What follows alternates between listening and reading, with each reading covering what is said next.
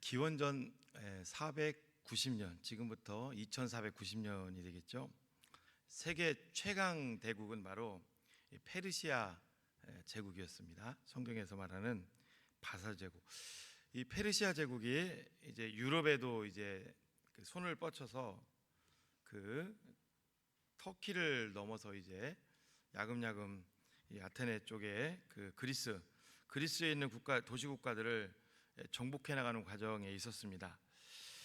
이 페르시아 대군은요, 이 마라톤이라고 하는 평원에서 이제 평원에 상륙했고, 그리스 아테네 군사들과 이제 전쟁을 벌이게 됐습니다. 많은 사람들이 어떻게 예상을 했을까요? 이 전쟁은 그리스가 반드시 대패한다. 그리스의 그 수도가 아테네잖아요. 이 전쟁이 이제 끝나면 페르시아는 아테네를 점령하게 되고 이제 무너지게 될 겁니다. 왕과 그 강요들은 이제 이 전쟁의 승패에 따라서 도망갈 준비를 하고 있었어요. 아테네에서. 이때 그리스를 이끄는 장군의 이름이 밀티아데스라는 장군인데요. 이 사람이 그 전략을 잘 짜고 또 군인들이 살생각으로 전쟁에 임하게 됩니다. 그리고 전혀 예상하지 못했던 일이 일어나게 돼요. 그리스 군대가 페르시아 군을 무너뜨린 거예요. 전투는 그리스 아테네군의 승리로 끝났습니다. 그런데 문제가 남아 있어요. 페르시아가 워낙 강하다 보니까 이 사람들이 만약에 그 배를 타고 아테네 쪽으로 급하게 이동을 해서 마치 페르시아가 이긴 것처럼 헛소문을 퍼뜨리고 항복하라고 하면 그 아테네의 성문을 열어주게 되면, 이게 잘못하면은 전쟁에 분명히 이겼는데 이기고도 수도를 함락당하면 어떻게 되겠어요? 왕이 사로잡히면 어떻게 되겠어요? 지는 꼴이 되잖아요. 이때 그 그리스군의 승리를 이끌었던 그 밀티아데스 사령관은 부하들 중에 한 명을 뽑습니다. 페이디 피데스라고 하는 부하. 대부분 부하들이 다 전쟁에서 그 목숨 걸고 싸웠기 때문에 다 녹초가 된 상황이었어요. 이때 페이디 피데스에게 명령을 내립니다. 이 사람을 전령으로 세워서 지금 있는 힘을 다해서 밤낮으로 달려서 아테네로 들어가서 승전 소식을 전해라. 그리고 페르시아군이 와서 거짓말로 이겼다고 하더라도 절대로 성문을 열어주지 않도록 해라. 자, 페이디 피데스는요, 온몸이 다 만신창이가 됐지만 뜨거운 태양 아래 지친 몸을 이끌고 밤낮으로 마라톤 평원에서 아테네를 향해서 달리기 시작합니다. 그리고 드디어 이제 아테네에 들어갔어요. 그리고 그 왕 앞에서 크게 외쳤습니다. 우리가 승리했습니다. 전해지는 이야기가 있어요. 이 사람은 그 얘기를 하고서 우리가 다 알고 있죠. 그 자리에서 숨을 거두었다고 합니다. 그리고 이것을 기념해서 나온 게 뭐예요? 오늘날 올림픽에 42.195km를 달리는 마라톤입니다. 놀랍게도 이 사람이 달린 것은 훨씬 더 먼 거리예요. 이게 여러분, 사람이 낮에 갈 수 있는 거리가 한계가 있어요. 밤낮으로 달린 거죠. 왜 달렸을까요? 이 사람에게는 임무가 주어졌어요. 지금 이 사람이 안 가게 되면 자칫하면은 자기 나라가 문제가 될 수도 있었기 때문에 목숨 걸고 달린 거예요. 바울은 오늘 본문에서 이 부분을 지금 설명을 하고 있는 겁니다. 복음의 중요성, 복음은 반드시 전해져야 된다. 복음을 지금도 모르는 사람들이 지금도 가서는 안 될 곳으로 지금 가고 있기 때문에. 세계 통계보고를 봤습니다. 여러분, 지금 1초에 몇 명이 죽는 줄 혹시 아세요? 제가 보니까요, 1초에 지금 2명 정도가 죽는다고 합니다. 그럼 여러분, 세계 80억 인구 중에 기독교인이 얼마나 될까요? 약 8억에서 10억. 이단을 빼버리면 훨씬 더 적겠죠. 10%도 안 된다는 얘기예요. 많은 사람들이 1초에 지금 2명씩 죽는데, 우리는 지금 아무렇지도 않게 하루하루 살아가는데 1초에 2명씩 죽고, 그 2명은 중에 대다수가 예수를 지금 믿지 않는 사람들이 지금 죽음의 길을 가고 있다는 겁니다. 여러분, 이 노마서는요, 바울이 고린도에서 노마에 직접 가지는 않지만 노마 교인들을 사랑하는 마음으로 쓴 서신서예요. 노마 당시에 이 노마 이 교인들은 두 부류가 있었어요. 유대인 중에서 기독교로 개종한 사람들, 그리고 이방인 중에 예수를 믿는 사람들. 유대인 중에 기독교로 개종한 사람들은 예수님을 믿는 거 이건 좋아요. 그런데 워낙 그들이 유대인이잖아요. 그러다 보니까 놓지 않으려고 하는 게 있었어요. 우리는 선민이다.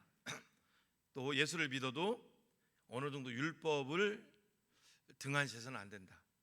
우리는 또 할례, 아브라함 때부터 받아온 할례, 이 할례도 받아야 된다. 이러다 보니까 이방인 기독교인들은 선민도 아니에요. 할례도 안 받았어요. 율법도 몰라요. 어떤 일이 일어날까요? 자칫 잘못하면 그들이 그 열등감에 빠지게 되고 이 심체가 올 수가 있습니다. 제일 큰 문제는 구원이 흔들릴 수밖에 없어요. 이것을 잘 알았던 바울은 로마서를 통해서 복음은 누구에게나 열려 있고 복음은 위대한 거고 복음은 반드시 붙잡아야 될 거고 이것을 깨닫게 하기 위해서 이 로마서를 쓰게 됩니다. 그래서 로마서 1장부터 보면 바울이 들고 나오는 게 뭐예요? 모든 사람은 다 죄인이다. 유대인도 죄인이고 이방인도 죄인이고 다 죄 아래 있다. 그리고 예수 그리스도 하나님이 우리를 위해서 예수님을 보내주셨는데 예수님이 아니고서는 이 죄 문제를 해결할 수가 없다. 그리고 로마서 9장부터 11장까지는 유대인들이 그렇게 중요하게 하는 그 율법, 행위 이제 그것을 좀 내려놓으라는 거죠. 그것을 좀 내려놓고 이제 예수 그리스도 안에서 우리가 우리 자신을 좀 넘겨라 그런 뜻입니다. 자, 그런 의미를 가지고 우리 13절을 우리 다시 한번 좀 읽어볼까요? 시작. 누구든지 주의 이름을 부르는 자는 구원을 받으리라. 여러분 이게 누구든지 유대인이나 헬라인이나 누구든지 주의 이름을 부른다는 것은 뭐냐면 이게 신앙 고백이거든요. 이게 요엘서예요. 요엘서. 그러니까 구약에서는 하나님을 주인으로 섬겼다면 그 예수님을 주인으로 섬기는 자는 구원을 다 받을 수 있다. 여러분 이게 그런데 이 메시지가 지금 각도로 보시면 안 돼요. 제가 좀 설명을 해드릴게요. 제자훈련 때로 제가 자주 얘기하는 건데요. 자 보십시오. 빌립보 감옥의 간수를 향해서 바울이 그런 얘기를 합니다. 주 예수를 믿으라. 그리하면 너와 내 집이 구원을 받으리라. 실제 빌립보 감옥의 간수가요 예수님을 믿었어요. 주님으로. 그리고 가족들이 세례를 받습니다. 자 여기서 우리는 딜레마에 빠지게 됩니다. 오늘날은 왜 그런 일이 일어나지 않을까? 오늘날은 내가 예수를 믿는데 왜 그 쉽게 가족들이 이렇게 쉽지 않을까? 그때하고 2000년 후에 오늘날하고 뭐가 다르단 말인가? 똑같아요. 근데 상황이 달라요. 자 여러분 보십시오. 빌립보 감옥의 간수 사도행전 16장 31절 주 예수를 믿으라 그리하면 너와 내 집이 구원을 받으리라. 이건요 주를 바꾸라는 거예요. 그때 당시 주는 누구예요? 로마 황제거든요. 빌립보 감옥의 간수는 누구예요? 로마 황제의 녹을 먹고 사는 사람이에요. 그 사람이 만약에 자기 주인을 로마 황제에서 누구로? 예수로 바꾼다면 어떤 일이 일어날까요? 이거는요 바로 알려지게 되면 어떻게 돼요? 죽음입니다. 죽음. 그냥 옷 벗는 정도가 아니라 죽음이에요.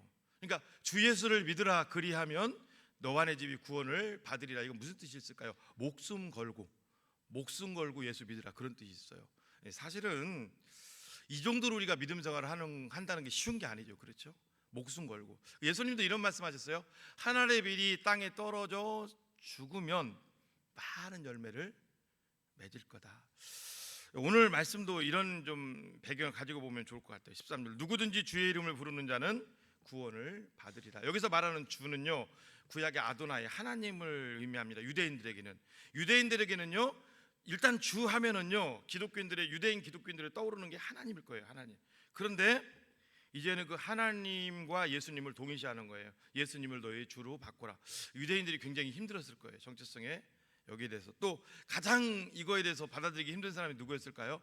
바로 노마 사람들이겠죠. 노마 제국. 이 사람들의 주는 누구예요? 노마 황제입니다.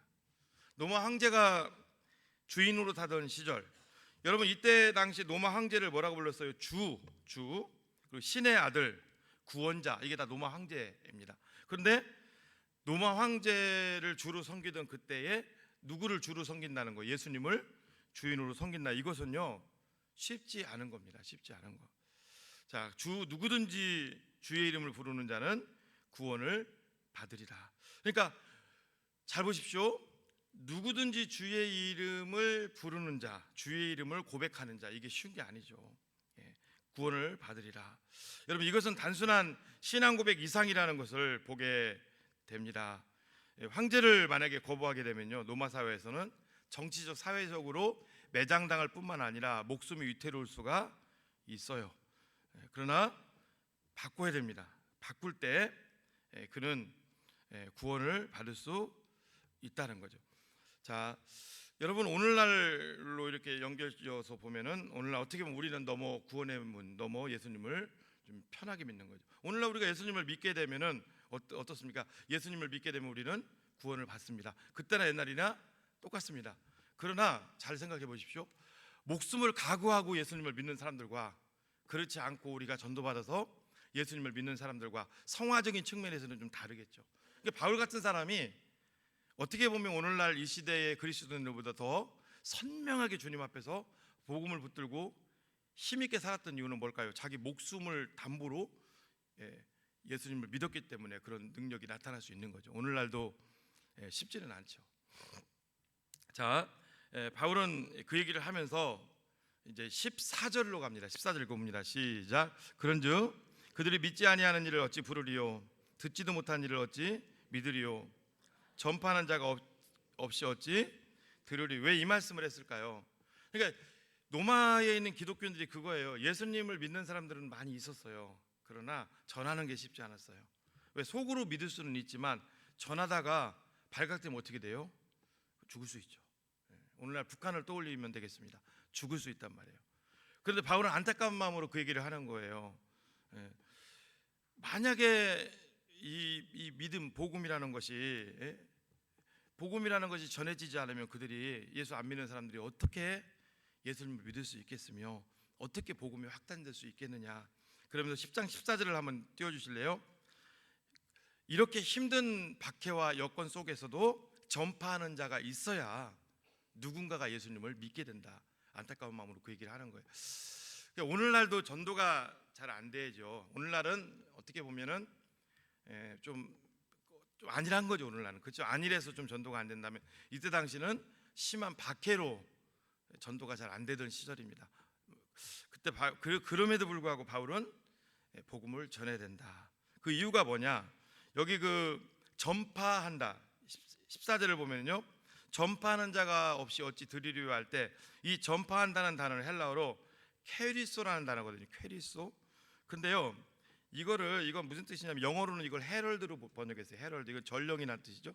그러니까 캐리소, 헤럴드 이게 무슨 뜻이냐면 복음은요. 복음은 뭐냐면 왕의 명령을 전달하는 전령. 그러니까 복음을 전파하는 사람은 왕의 명령을 전달하는 전령이라는 거예요. 전령.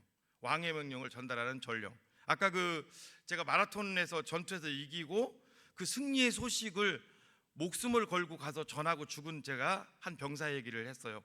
오늘날 우리도 마찬가지라는 거예요. 우리는 이제 전도하는 사람들인데 이 전파하는 사람이 전도하는 자들이라는 거잖아요. 이 전도하는 사람은 왕의 명령을 전달하는 전령과 같다. 뭐 설교자도 될 수 있고, 뭐 구역자, 뭐 목자들도 될 수 있고, 또 전도를 하는 여러분들도 될 수 있습니다. 여러분 전령은 뭐예요? 잘 보십시오. 왕의 명령을 전달하는 전령은 뭐예요? 전하는 거예요. 전하는 거. 그리고 그 결과에 따라서 우리가 흔들릴 필요가 없어요. 일단 전달하는 거예요. 전달하는 거. 그 세계적인 신학자인 유진 피터스는 이걸 이렇게 번역을 했어요. 전파한다는 단어를 공포하다. 우리 지금 전도하러 가. 그러면 어때요, 여러분? 우리 지금 전도하러 가. 새동리 전도 축제인데 우리 전도회 할 거야. 그러면 우리는 어떤 은연중에 뭐가 있어요? 이 사람 교회 열심히 다녀야 될 텐데, 그렇죠? 우리 전도하러가 열매가 좀 있어야 될 텐데, 우리는 그렇게 보잖아요. 그런데 오늘 본문에 나오는 전파한다는 것은요, 그런 뜻이 아니라 공포하는 거예요. 공포. 잘 생각해 보세요. 이제 법을 국가에서 제정했어요. 그러면 국가에서 법을 제정했으면 그 법을 뭐 합니까? 공포합니다. 그리고 나중에 그 법을 지키고 안 지키고 그 법을 얼마나 사람들이 받아들이고 그거는 뭐 별 의미가 없어요. 법은 딱 제정했으면 공포하면 끝이에요. 얼마 전에 그 5월 달인가요? 근로자의 날에서 이제 뭐 노동절 이걸로 바뀌면서 정부에서 이제 딱 결의를 하고 나서 바로 공포해 버리잖아요. 이 전도도 그거라는 거예요. 이때 당시에 그 상황을 보면은 쉽지 않을 때 유대인들도 워낙 거센 또 반발이 오고 또 로마 제국의 사람들도 황제를 주로 바꾸는 문제이다 보니까 쉽지 않은 그 상황이고, 이럴 때 바울이 얘기를 하는 겁니다. 전파하는 자가 없이 어찌 들으리요. 그러니까 복음을 전령으로서 담대하게 나가서 복음을 전하라는 거예요. 왜 바울이 로마서에서 이 복음은 듣든지 안 듣든지 계속 왕의 명령으로 우리가 전파를 해야 되는가, 거기에 대해서 복음의 중요성을 이제 로마서 10장에서 우리에게 알려주는 거죠. 복음이 왜 중요하냐, 이게 이제 세 가지로 우리가 좀 정리해 볼 필요가 있어요. 첫 번째는요, 복음은 바로 율법의 마침이라는 겁니다. 복음, 예수님은 율법의 마침이다. 자, 로마서 10장 3절 4절을 한번 띄워주시고요, 천천히 한번 읽어보시죠. 시작.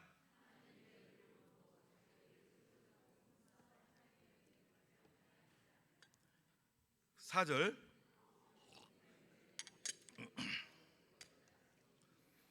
예수님은 뭐가 되셨다고요? 율법의 마침이 됐다. 여러분, 예수님이 율법의 마침이 됐다는 게 무슨 뜻일까요? 율법의 끝이다, 그런 뜻도 있겠지만 그런 뜻보다는 단순한 끝이 아니라 이거예요. 율법의 핵심이 뭐예요? 제사죠. 제사. 그 다음에 성막, 절기, 또 선함. 율법을 이걸 지켜야 된다. 유대인들은 지금도 붙잡고 있잖아요. 율법을 지켜야 구원받는다. 이런 모든 것에 예수님은 최종적인 완성자, 최종적인 완성자라는 거예요. 예수님을 믿으면요, 우리는 이런 모든 것에 예수님이 최종적인 완성자라는 거예요. 자, 보십시오. 제가 서두에서 얘기했던 유대인들이 예수님을 이제 믿었어요. 기독교로 개종해서. 그런데 여전히 그들이 율법을 붙들려고 하고 선 이런 것들 또 붙들려고 하고 할례를 붙들려고 하고, 그 뭐예요, 여러분? 예수님을 믿으면서도 100% 예수님을 믿으면서도 100% 그분이 율법의 마침이 됐다는 것을 확신해야 되는데 그게 아닌 거죠. 그러니까 자꾸 다른 것에 갈급함이 있는 거죠. 자꾸 다른 게 그런 것들이 있는 거죠. 이것은 오늘날 우리의 모습하고도 닮아 있습니다.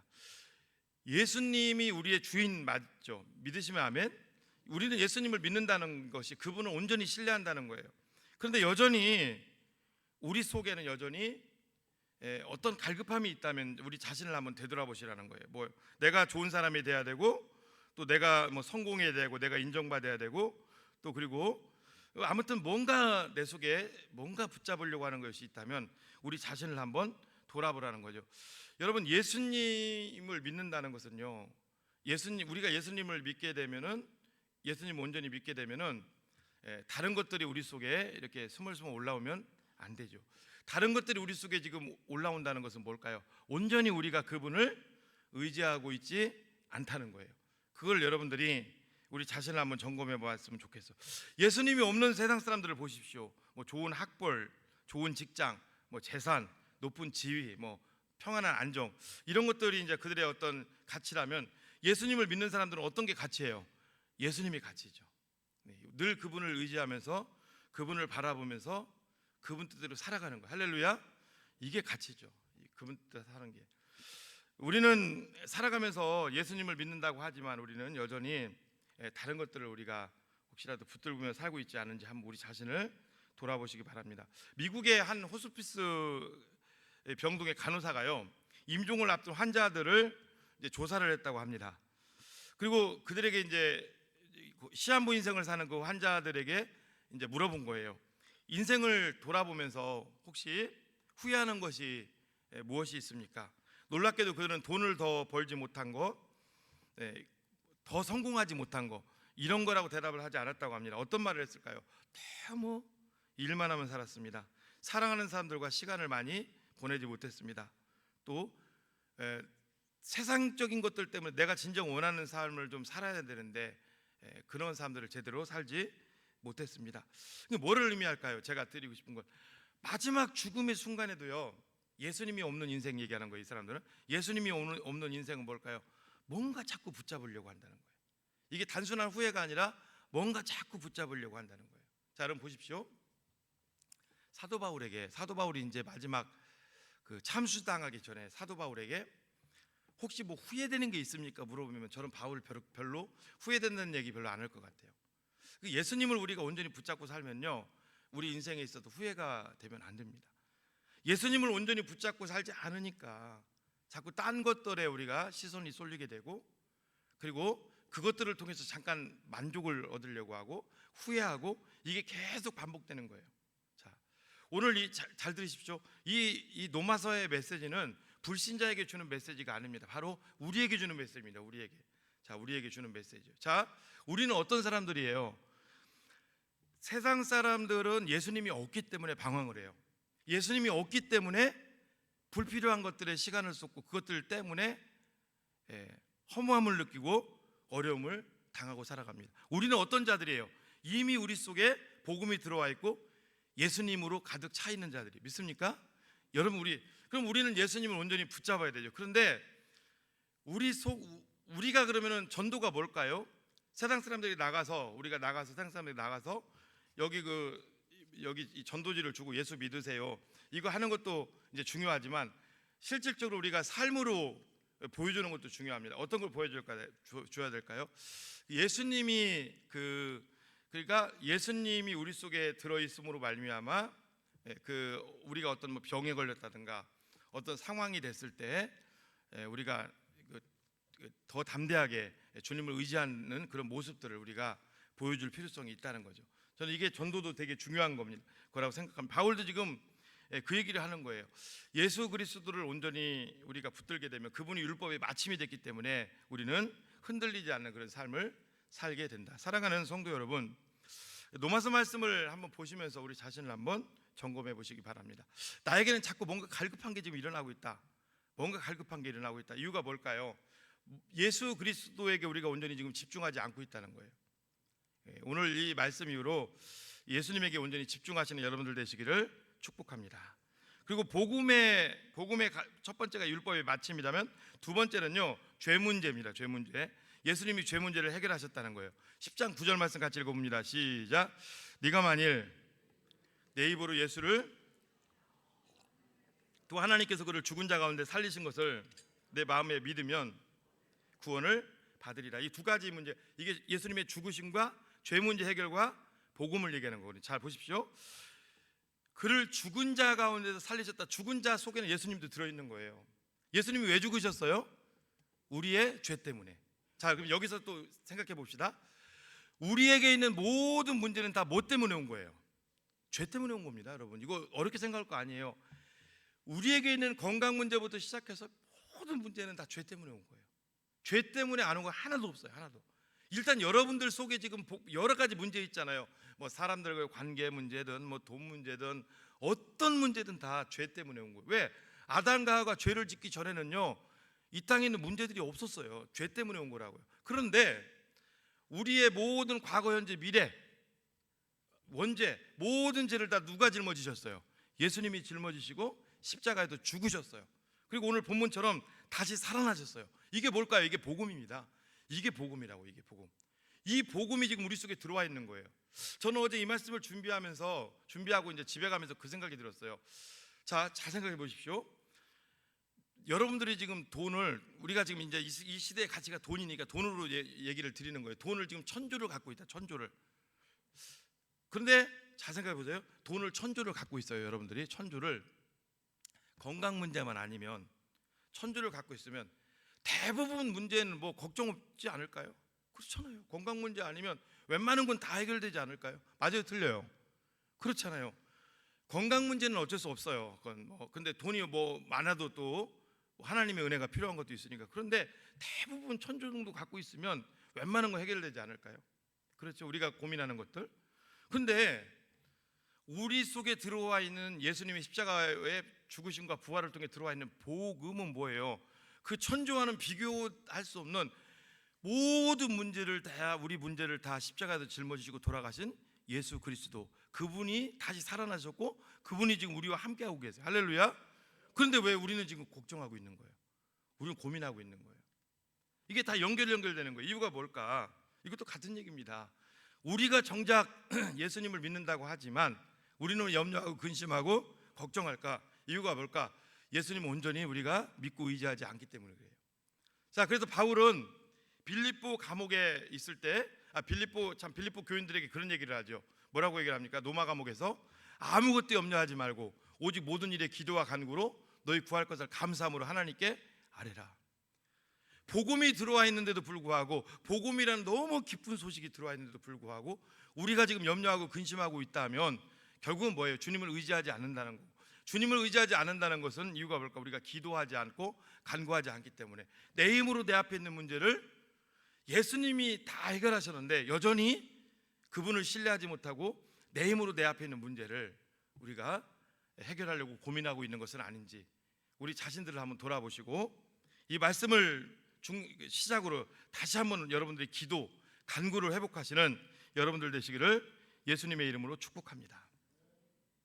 우리는 날마다 그분을 의지할 때 우리가 살 수 있는 거예요. 믿습니까 여러분? 날마다 우리의 입술도 우리 생각도 우리 모든 것도 날마다 그분을 의지하시는 여러분들이 되시기를 바랍니다. 그리고 세 번째, 율법의 마침 죄 문제 해결. 마지막 세 번째는요, 예수님을 믿으면 부끄러움을 당하지 않는다는 거예요. 이 세상에서도 앞으로 내세에서도. 자, 보십시오. 여러분, 왜 예수님을 믿으면 부끄러움을 당하지 않을까요? 이 세상에서 왜 그럴까요? 제가 자주 말씀드리잖아요.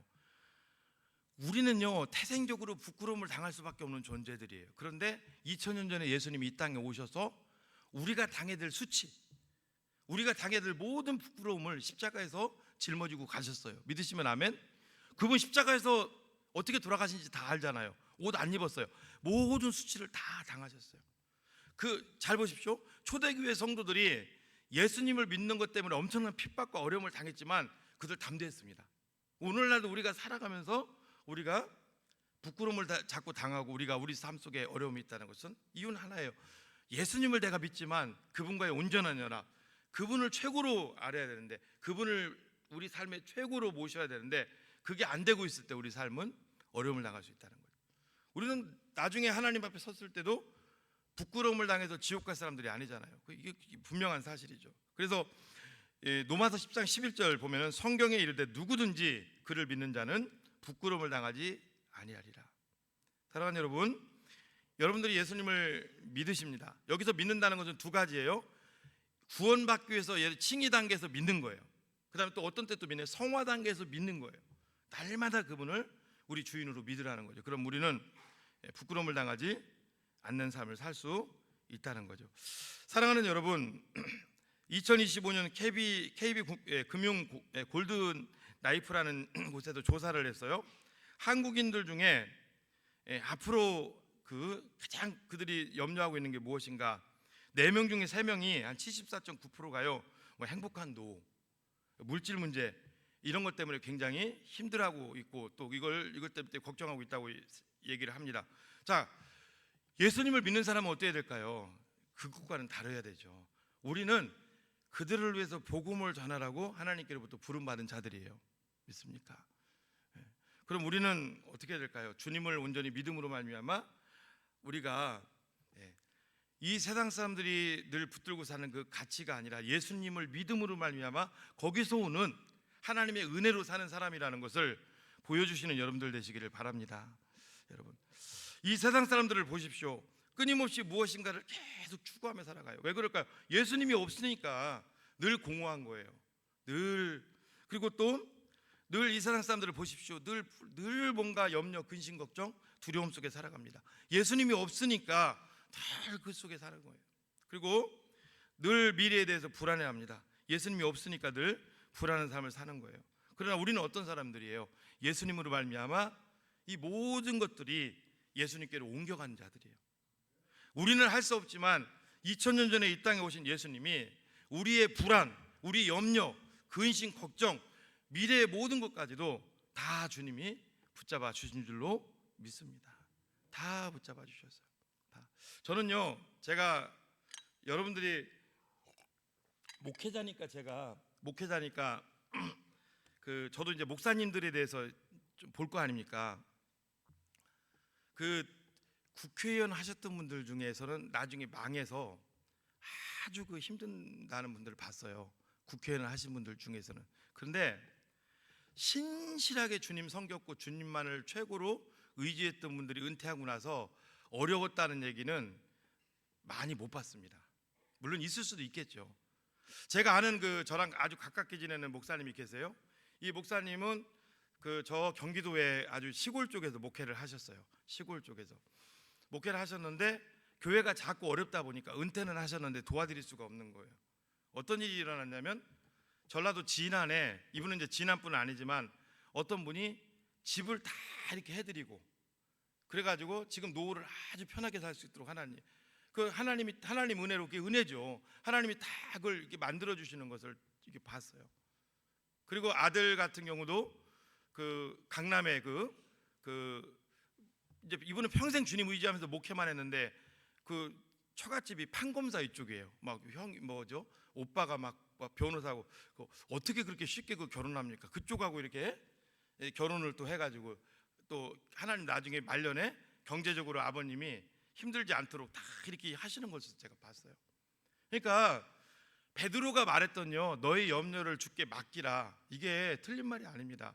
베드로 때 특별히 하나님이 순교자의 영광을 위해서 그렇게 순교당하는 분들도 있지만 지금도 정말로 하나님 앞에 주님을 의지하고 하루하루 사는 사람들은 여러분 이 세상의 가치와 다르게 산다는 걸 하나님 우리를 통해서 보여주시는 거예요.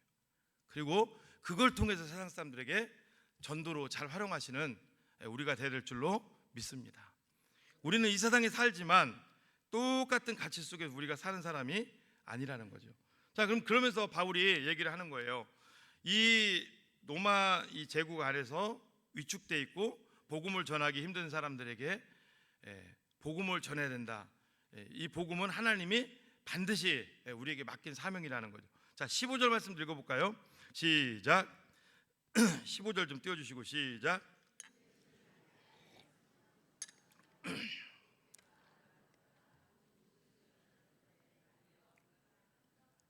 예, 이 보내심을 받았다는 게 전령이라는 뜻이거든요. 누구를 얘기하는 걸까요? 보내심을 받지 아니하였으면 어찌 전파하리요. 바로 예수님의 먼저 11명의 제자들부터 얘기하는 거겠죠. 우리가 잘 아는 마태복음 28장 19절로 20절 말씀.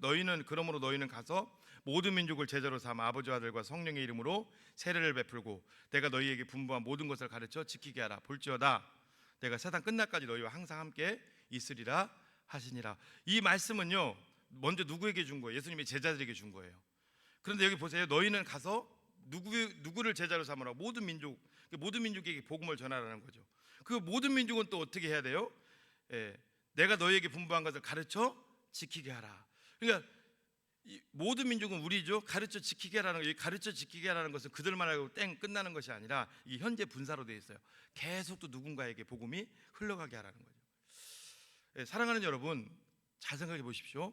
노마 제국 시대는 복음을 전하면 죽을 수 있던 시대예요. 자, 어떤 일이 일어난 줄 아세요?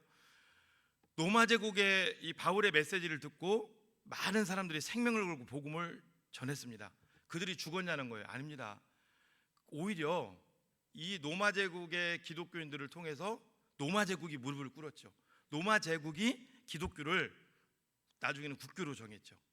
이게 복음의, 어떻게 보면은 우리가 전혀 예측할 수 없는, 이게 복음의 귀한 능력이죠.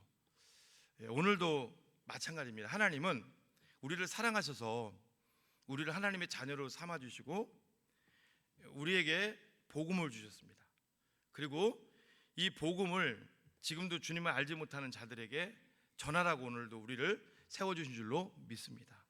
이 복음은 여러분, 그 사람들이 복음을 듣고 교회를 오든 안 오든 계속적으로 흘러가야 되고 계속적으로 전파를 하라는 거예요. 지난 1995년도 서울 서초구에서 있었던 삼풍백화점 그 사건 아실 거예요. 한 2,000명 가까운 사람들이 죽었어요. 그때 그냥 한순간에 무너진 거 아닌 건 아시죠? 그 백화점이. 그 전에 전조준상이 있었어요. 안전진단도 막 받고 와 있는데 이게 문제가 있다고 막 했다고. 영업 중지해야 됩니다. 근데 워낙 손실이 크니까 이 백화점을 쉬게 되면 어떻게 했어요? 영업하면서도 이거 고치면 안 될까? 그렇게 아니라는 마음을 갖고 있다가 어느 순간에 다 무너졌죠. 여러분, 우리도 마찬가지입니다. 지금 이 세상에 보면요, 제가 말씀드렸죠 아까 초당 2명씩 죽는다고. 이 교회 밖을 나가게 되면 지금도 하나님을 몰라서, 예수님을 몰라서 여전히 지금 세상의 갈급함 속에 살아가는 자들이 있어요. 죄 문제로 말미암아 여러 고통을 당하고 있는 자들이 있습니다. 그리고 아무 소망이 없는 자들이 있어요. 예수님을 알지 못해서 지금도 영원히 부끄러움을 당할 자들이 있어요. 하나님은 그들에게 복음을 전하라고 오늘 우리를 세워주신 줄로 믿습니다. 이제 우리가 한 일주일 정도 남았는데요, 태신자를 또 작정하신 분도 있고 아닌 분도 있을 줄 압니다. 복음은 우리가 주님 나라 갈 때까지 계속적으로 복음을 전해야 됩니다. 언제 우리는 하나님 앞에 설지 몰라요. 언제 우리는 당장 내일이라도 주님이 오라고 하시면 우리 가야 됩니다. 얼마 전에도 저희 장인어른이 몸이 좀 편찮으셔서 병원에서 돌아가신다고 했어요.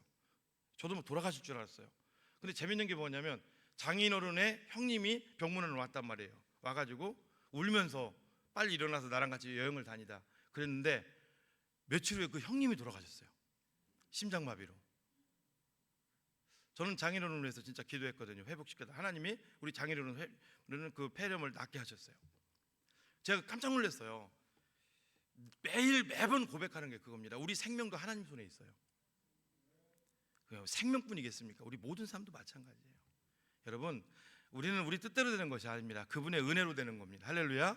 오늘도 복음을 전하기 위해서 우리가 부름받았다는 사실을 기억하시고 우리 주변에 이 한 주간 동안 태신자를 찾으시고 또 전도하시면서 28일 날 또 귀한 또 열매를 하나님께 올려드리는 여러분들이 되시기를 예수님의 이름으로 축복합니다.